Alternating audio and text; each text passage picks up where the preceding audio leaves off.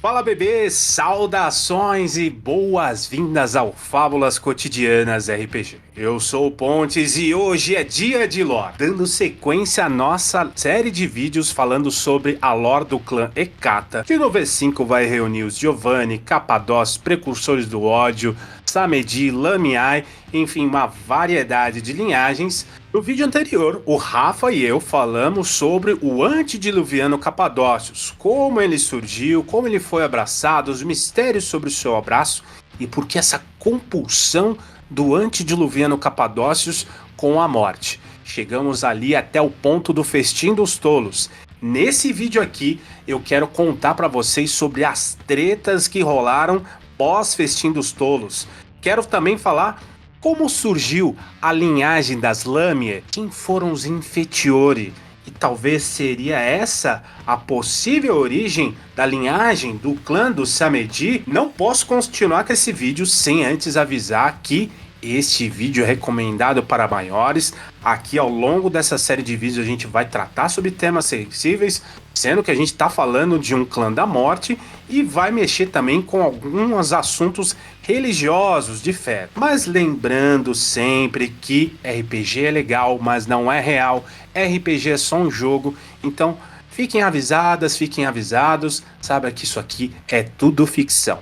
E também não posso seguir com esse vídeo sem antes agradecer demais o Rafa, que participou comigo no vídeo 1. Só que infelizmente esse vídeo, assim, felizmente a gente gravou um vídeo bem longo, mas infelizmente no meio dessa gravação ela deu um pau no vídeo, deu um pau ali no áudio e muita da gravação eu acabei perdendo. Eu ainda consegui salvar alguns trechos, tá, Rafa? E mais lá pra frente eu vou utilizar partes dessa gravação nesses inserts. Sigam lá o Rafa no Instagram, no canal dele, Dados Comprados. Tem aquela força, fortaleçam demais o Rafael R.R. Ferreira. Link aqui na descrição das redes sociais dele, belezura? Sem mais delongas, então, bora pro vídeo. No vídeo 1 nós falamos sobre o Festim dos Tolos e que foi um grande definidor na estrutura do clã Capadócio. A maioria dos membros do clã nesse período meio que aderiu a esse estereótipo, saca, de o erudito, obcecado pela morte, obcecado pelo paraíso e coisas do tipo. Só que quando o antediluviano convocou os Capadócios, a gente estava na Idade das Trevas, então meio que o Zap estava fora naquela época, né? Só que também se a gente levar em conta a lore do V5, em que existe o chamado, que é meio que um chamado, uma compulsão meio que espiritual, pode ser que na realidade a galera que não compadeceu, não é que não recebeu a carta do convite, mas que deliberadamente, de propósito, ignorou o chamado do antediluviano Capadócios. Esses membros eles ficaram meio que estigmatizados, eles começaram a ser chamados como os infetiores, né, os inferiores. Mas uma coisa é você ser um mero Capadócio, um Zé Ninguém abraçado por sei lá quem e não comparecer no Enem do Capadócios. Outra coisa bem diferente é você ser uma cria direto de Capadócios, um dos filhos favoritos do Capadócios e fazer pouco caso do convite do Papis. Sim, Lázaros que até então era conhecido como queridinho de Capadócios, fez pouco caso. Não vou, não quero ir, vou ficar aqui e quero ver quem me leva. E aí, bebê, aí pegou mal. Pegou muito mal. Tá, mas quem era Lázaros? Segundo os escritos, Lázaros era um tanatologista. Tanatologia, eu não vou ficar me aprofundando muito aqui, mas é tipo, sei lá, um CSI da antiguidade. Sim, o Lázaros era tipo, sei lá, o médico forense da época, tá ligado? E, pela sua especialidade com a morte, esse fascínio em estudar a morte, nada mais justo que ele ser uma cria perfeita por um antediluviano que é obcecado pela morte. É dito que Lázaros era tipo assim, o filho realmente favorito do Capadócios, tanto que ele era muito conhecido por ser extremamente erudito e ele estava determinado a superar o Capadócios no segredo sobre a morte. Para você ter uma ideia, era ele quem mais conhecia a mente perturbada do Capadócios. Matusalém estava determinado a decifrar os fragmentos de Sargon. Os fragmentos de Sargon nada mais eram que os manuscritos do próprio Capadócios sobre a sua busca pela divindade e seus estudos sobre a morte. E segura essa manga aí, tá? Porque essa informação sobre os fragmentos de Sargon eu vou desenvolver melhor em vídeos futuros. Mas já fica o convite, porque se você não conhece ainda a Giovanni Chronicles aqui do canal, você tá perdendo, viu? Você tá de paga-lanche, porque os fragmentos de Sargon, se você já leu o livro, se você já jogou, você sabe que vai ter um papel muito chave dentro dessa crônica. Ok, então Lazarus era o favorito do Capadócios? Bom, sim. E daí? Só que, além de erudito, além de ser um expert na morte, ele era um tanto quanto impulsivo. Tanto que ele é o responsável, patriarca, por assim dizer, pela linhagem das Lamie. Eu falei que a gente ia trazer aqui as origens do clã Hecata, então não é só dos Capadócios. Então vamos lá, como que surgiram as Lamie? É dito que Lázaro estava uma certa noite de boa, passeando, quando ele viu ali uma sacerdotisa de Lilith fazendo um ritual à Mãe Sombria. E ele ficou fissurado na mina. Ela era erudita, fervorosa, guerreira e outras cositas más. Erotismo? Aí Lázaro já caiu de queixo mesmo. É dito no livro, inclusive, que eles já arearam o piso ali na frente da estátua de Lilith. Sexo. E esse Lázaro, mais impulsivo que adolescente com corotinho de morango e uma conta no Twitter, decidiu fazer o quê? Vou abraçar ela. Vou abraçar a Lilith. Aliás, vou abraçar a Lamia, né? A descendente de Lilith. Só que a Lamia, quando desperta, né? Porque ela morre, depois ela recebe o VT, ela desperta como vampira, ela chega bem no pezinho do ouvido do Lázaro e fala assim, vem cá, eu preciso te contar uma coisa. Chega aqui. E aí, o que ela fala pra Lázaro deixa ele perplexo. Sim, é dito inclusive que Lázaro, que já era um capadócio, já pálido, ficou mais branco do que perna de freira, bebê. Eu fico imaginando o que será que ela deve ter sussurrado na orelha dele, né? Deixa o like no vídeo. Bom, seja lá o que ela deve ter sussurrado, fato é dito que Lázaro, depois disso, ficou abismado e ele se afastou da Lamia. Sim, nunca mais se viram, já era.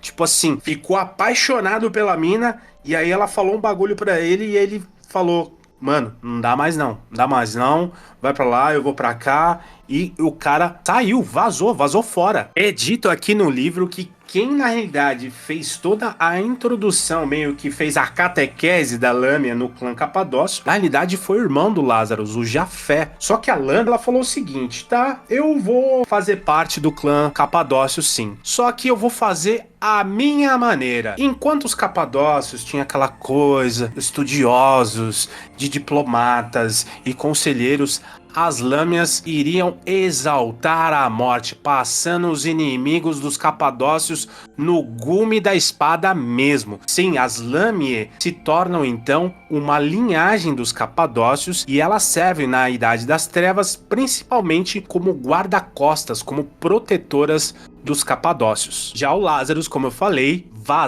vai pro Egito. E lá no Egito é falado que ele começa a trabalhar, a tentar decifrar, a recriar na realidade o feitiço da vida. O feitiço da vida no mundo das trevas é um ritual utilizado por criaturas poderosíssimas, as múmias. Sim, daquele cenário de múmia ressurreição mesmo. É o ritual que as múmias utilizam para voltar do mundo dos mortos. E ele estava decidido a recriar esse tipo de ritual. E segura essa manga aí também, tá? Porque a gente vai falar um pouquinho mais sobre esse ritual, mas lá pra frente vou desenvolver. Sim, gente, pra gente manter aqui uma narrativa, algumas coisas eu não vou me aprofundar nesse vídeo, mas segura essa informação do feitiço da vida que a gente gente vai falar mais lá pra frente. Inclusive, ó, já fica o convite, tá até aqui, talvez você esteja gostando desse vídeo, né? Já deixou seu like, já se inscreveu? Considere se inscrever. Ó, tô fazendo vídeos aqui sobre lore, a gente tem principalmente séries de RPG. Você pode nos seguir também lá no Instagram, no qual eu posto memes, eu posto algumas informações de lore, dicas de filmes de terror, e estou agora também me rendi a fazer lives. Todas as quartas-feiras, pelo menos até o momento aqui, eu vou manter as quartas-feiras, eu vou fazer lives lá na Twitch. Comecei inclusive lendo sobre os fragmentos de Ersaios. Então você já pode conferir o VOD lá. Então considere se inscrever aqui no canal. Muito obrigado, senhor. Mas seguindo, será que o que a Lâmia falou pro Lazarus acabou sendo tão perturbador que foi por causa do que ela falou que ele não foi pro festim dos tolos? Eu não achei nenhuma informação sobre isso especificamente nos livros, tá? Inclusive, se você achar alguma referência do que ela falou pro Lazarus nesse dia, nessa noite, na realidade, deixa aqui nos comentários aí, fala o livro, a página, que eu vou lá procurar. O que é muito mais provável, na realidade, é que o Lazarus ignorou o convite, o chamado do antediluviano, pelo seu alto nível na disciplina auspícios. O Lazarus, na realidade, já previa o que o antediluviano iria fazer. Talvez, muito provavelmente, ele não concordava com a ação do Capadócios. E vamos lembrar que por estudar os fragmentos de Sargon, os manuscritos do antediluviano, Lazarus era quem, como eu falei antes, conhecia melhor a cachola perturbada do antediluviano. Então ele realmente decidiu, não vou. Só que o Caius Cone, muito provavelmente ali, o primogênito do Capadócios, ficou pistola. A recusa do Lazarus pegou mal e o Caius Cone falou: vou lá e vou dar uma dura nele. Mas aqui eu quero abrir um grande parênteses antes da gente continuar com essa história. Capadócios e seguidores de Sete, na Idade das Trevas principalmente, sempre foram inimigos mortais. Todos os clãs, de certa forma, eram inimigos mortais, mas enfim. Imagine que, tipo, Tismith e Tremer eram Capadócio e seguidores de Sete nessa época. Pelas visões de mundo diferente, pelas suas fezes e... Fezes não, né?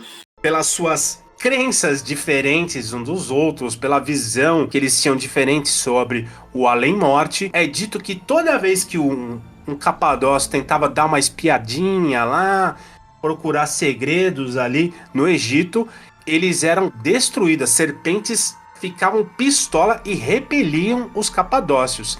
E nada mais justo, né? Porque na verdade, se a gente trouxer que o Egito Antigo foi uma das grandes civilizações da antiguidade, que até hoje a gente sabe, os caras fizeram vários estudos e tinham todo um ritual com a morte, com toda uma cosmologia, sei lá, que tratava sobre o mundo dos mortos. Nada mais justo, então, muito provavelmente, os capadócios tinham interesse em ir para o Egito, mas eles sempre eram repelidos pelos setitas. Só que, com tudo isso, capadócios e seguidores de Sete eram inimigos mortais.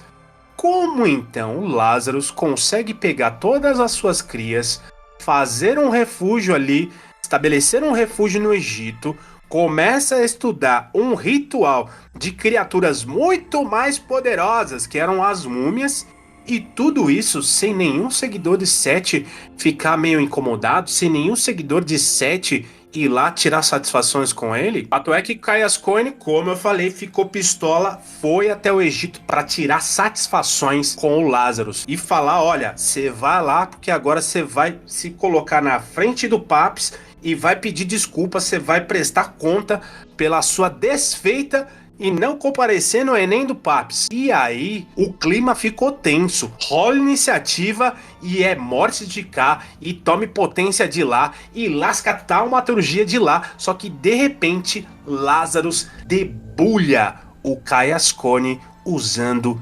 serpentes. Sim, meu bebê, o Lazarus, o Matusalém de Capadócios, tascou serpentes pra cima de Caius Cone, e Caius Cone foi de arrasta pra cima, ou arrasta pra baixo, enfim, virou pó, virou poeira. o Lázaro toma uma boa de uma camaçada também, viu? Inclusive, ele fica tão ferido que ele precisa se afundar ali nas areias do Egito em torpor para recuperar, regenerar ali o dano que ele sofreu. Tá, beleza. Mas capadócios e setitas, clãs ali completamente inimigos mortais. Por que Lázaro usou serpentes? Teria Lázaro virado a casaca, começar a trabalhar do lado do clã dos seguidores de Sete? Eu não acho que seja a explicação mais plausível. Eu acho que muito provavelmente ele simplesmente diablerizou algum setita enfesado, invocado que chegou querendo enxotar ele do Egito, e o Lázaro já tomou suquinho, mamadeira de setita e absorveu os poderes dele. E também, já dando um spoiler de como desenvolve a história dele mais pra frente, o Lázaro foi responsável, na realidade, por acolher e salvar muito dos Infitiori, porque sim, muitos dos capadócios não ficaram contentes com essa história não, de que, como assim eu tenho que fazer a prova da FUVEST e me esforçar para ser um cara do clã capadócio, e chega um outro aí que só faz dancinha de TikTok e pode... Não, pera, calma. Isso é outra coisa. E aí chega outro que nem atendeu o chamado do antediluviano e agora também é chamado de capadócio? Não, tá errado isso aí, tá errado isso aí. E muitos capadócios começaram a caçar esses Infitiores. Começou um expurgo. E não estou falando do expurgo que os Giovanni vão fazer lá mais pra frente. Lembre-se que aqui eu nem toquei no nome de Augusto Giovanni. A gente vai falar disso nos próximos vídeos, tá? Não, os próprios capadócios começaram a caçar os seus irmãos que eles consideravam inferiores, e Lázaro foi quem acolheu muita dessa galera. E se você levar em conta alguns dos suplementos, eles falam que inclusive os Infitiori, alguns deles fugiram para o Haiti. Haiti, Vampiro à Máscara, o que te lembra Barão de Samedi? Seria Lázaro então aquele que abraçou o Barão de Samedi? É uma possibilidade. Vamos falar melhor disso em vídeos futuros, beleza? Então, realmente, eu não acho que o Lázaro virou a casaca, não. Eu acho que, na realidade, ele foi um dos poucos aí, junto com o Jafé, que a gente vai falar nos próximos vídeos também, que ajudaram muitos dos capadócios a existirem ainda na linha do tempo de V5. Galera, espero que vocês tenham gostado do vídeo. E se você não viu o vídeo 1 da lore do clã Capadócio, eu convido você a ver o vídeo que a gente falou sobre o antediluviano. E se você curte lore sobre personagens específicos de Mundo das Trevas, assiste esse vídeo aqui, na qual eu falo de um Ventru casca-grossa, conhecido como Mitras. Por hoje é só, eu agradeço demais por vocês estarem até aqui. Até o próximo vídeo. Um abraço.